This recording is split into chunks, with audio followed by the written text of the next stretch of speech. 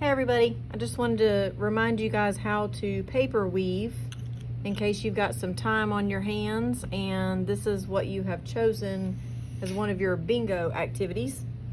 So if you don't have construction paper at home that you can cut into nice neat strips, you can just get some scrap paper, and I'm going to let you guys do lazy coloring. I know I don't normally do that in class, but for this you can, because we want it to go fast. And another teacher of mine calls it sleepy crayon coloring. So if you've got some paper that you want to cut into some strips, see, it doesn't have to be perfect. You just cut it right down the middle. You already know how to do that. Take a crayon, lay it on its side, do that sleepy crayon, give it some color so that you can kind of see what you're doing when you're going under, over, under, over. And it doesn't matter if they're all the same size, but you do want to make them all probably the same height, so as tall as each other, but it doesn't matter if they're thick. Like, see how this one's thin and that one's a little bit wider. So these are going to be my weft. These are going to be the things that I weave with. I'm going to move them out. I'm going to take my warp. Remember, that's what we weave on. So if you're a kindergartner, this is the up and down part of your loom, okay? And so you can just take those strips, and to help yourself out, just tape them together. And you can tape them beside each other, and they can have a little space in between. They don't have to hug. If they hug, that's okay too. And this doesn't have to be perfect. This is just to keep practicing the process of weaving so that when we come back together, we can finish our fiber art, not having lost any of our skills. So I'm gonna actually tape the top part too. Oh no, I'm about to run out of tape.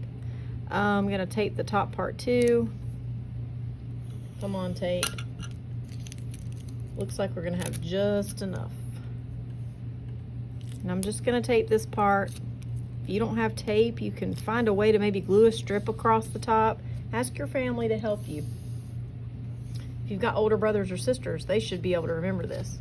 Then remember to take what you're weaving with, and you're gonna go under, over. Remember, it's like crawling under and over a table. Under the table, over the table. And every strip is involved in the party.